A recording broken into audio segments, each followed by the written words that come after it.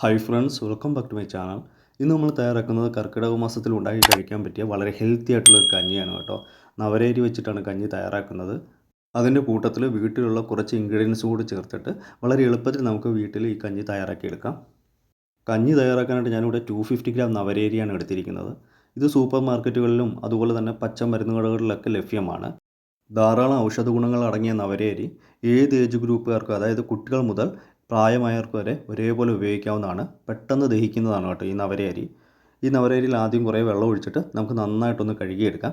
ഞാനിവിടെ 1-2 തവണ വെള്ളം ഒഴിച്ചിട്ട് കഴുകിയെടുക്കുന്നുണ്ട് കേട്ടോ, കാരണം ഇതിലെ പൊടികളൊക്കെ ഒന്ന് മാറിക്കിട്ടാൻ വേണ്ടി. ഇത് കുതിർത്തിട്ടാണ് കേട്ടോ നമ്മളിവിടെ കഞ്ഞി തയ്യാറാക്കുന്നത്. അപ്പോൾ വെള്ളമൊക്കെ കളഞ്ഞെടുത്തിട്ടുണ്ട്. ഇനി ഇതിലേക്ക് നമ്മൾ ചേർത്ത് കൊടുക്കുന്നത് 2 ടേബിൾ സ്പൂൺ ഉലുവയാണ്. ഉലുവ നന്നായിട്ട് ക്ലീൻ ചെയ്തതിന് ശേഷം, കഴുകി വൃത്തിയാക്കിയതിന് ശേഷമാണ് ഇതിലേക്ക് ചേർത്ത് കൊടുക്കുന്നത്. ഇനി ഇത് രണ്ടും കൂടി നമുക്കൊന്ന് കുതിർത്തെടുക്കണം. ഇത് മൂങ്ങിക്കിടക്കാൻ പാകത്തുള്ള വെള്ളം ഒഴിച്ചിട്ട് നമുക്ക് കുതിരാനായിട്ട് മാറ്റി വെക്കാം.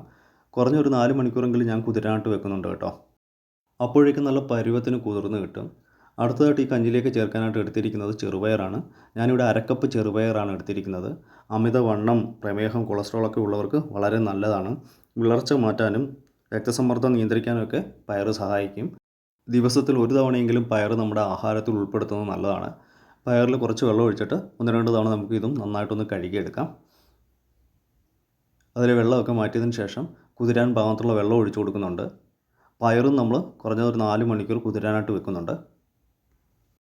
4 മണിക്കൂറിന് ശേഷം നമ്മുടെ നവരയരിയും ഉലുവയൊക്കെ നല്ല പാകത്തിന് കുതിർന്ന് വന്നിട്ടുണ്ട്. ഇങ്ങനെ കുതിർത്തിട്ട് കുക്ക് ചെയ്യുകയാണെങ്കിൽ വളരെ ഫാസ്റ്റായിട്ട് തന്നെ നമുക്ക് കുക്ക് ചെയ്തെടുക്കാനായിട്ട് പറ്റും. ഇതിൽ വെള്ളത്തോടു കൂടി തന്നെയാണ് നമ്മൾ കുക്ക് ചെയ്തെടുക്കുന്നത്. അതുപോലെ തന്നെ ചെറുപയറും നല്ല കുതിർന്നിട്ടുണ്ട്.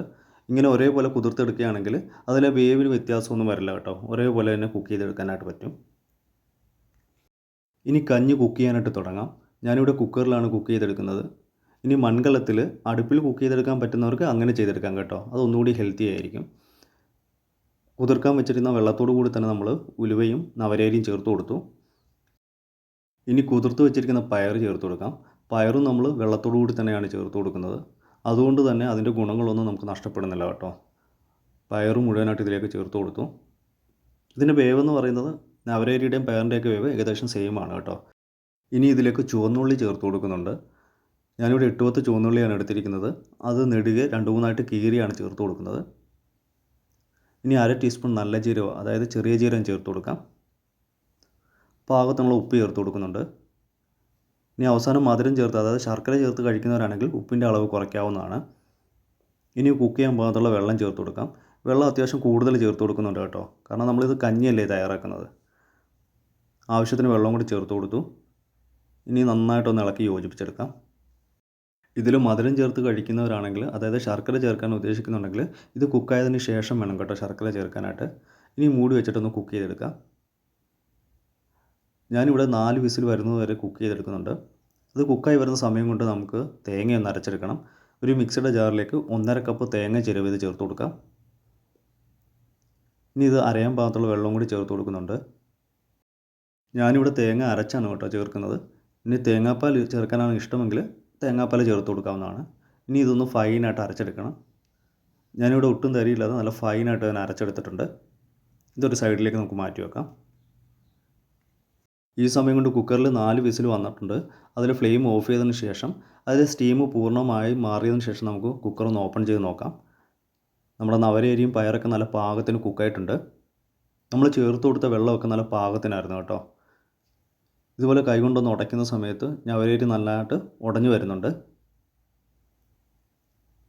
ഇനി നമുക്കിതിലേക്ക് നമ്മൾ അരച്ച് വെച്ചിരിക്കുന്ന തേങ്ങ ചേർത്ത് കൊടുക്കാം. നമ്മൾ എടുത്തിരിക്കുന്ന ധാന്യങ്ങൾക്കനുസരിച്ച് തേങ്ങ അരച്ച് ചേർത്ത് കൊടുക്കാനായിട്ട് ശ്രദ്ധിക്കണം. തേങ്ങ ചേർത്തിട്ട് നന്നായിട്ടൊന്ന് ഇളക്കി യോജിപ്പിച്ചെടുക്കാം. ഇതിലിപ്പോൾ അത്യാവശ്യം വെള്ളമുണ്ട്. ഇതിൽ പ്രത്യേകിച്ച് ഇനി വെള്ളം ചേർത്ത് കൊടുക്കേണ്ട ആവശ്യമില്ല കേട്ടോ. ഇനി വെള്ളത്തിൻ്റെ അളവ് കുറവാണെങ്കിൽ നോർമൽ വാട്ടർ ചേർക്കാനായിട്ട് പാടില്ല. തിളപ്പിച്ച വെള്ളം തന്നെ ചേർത്ത് കൊടുക്കാനായിട്ട് ശ്രദ്ധിക്കണം. തേങ്ങ ചേർത്തിട്ട് ഇതുപോലെ നന്നായിട്ടൊന്ന് ഇളക്കി യോജിപ്പിച്ചെടുത്തിട്ടുണ്ട്. ഇനി ഫ്ലെയിം ഓൺ ചെയ്ത് കുറഞ്ഞ ഫ്ലെയിമിലിട്ട് കുക്ക് ചെയ്തെടുക്കാം. ഇതിലേക്ക് ഞാൻ സ്പെഷ്യലായിട്ട് 1 ടീസ്പൂൺ നെയ്യ് കൂടി ചേർത്ത് കൊടുക്കുന്നുണ്ട്. ഈ തേങ്ങ ചേർത്തതിന് ശേഷം ഒരുപാടിട്ട് തിളപ്പിക്കാനായിട്ട് പാടില്ല കേട്ടോ.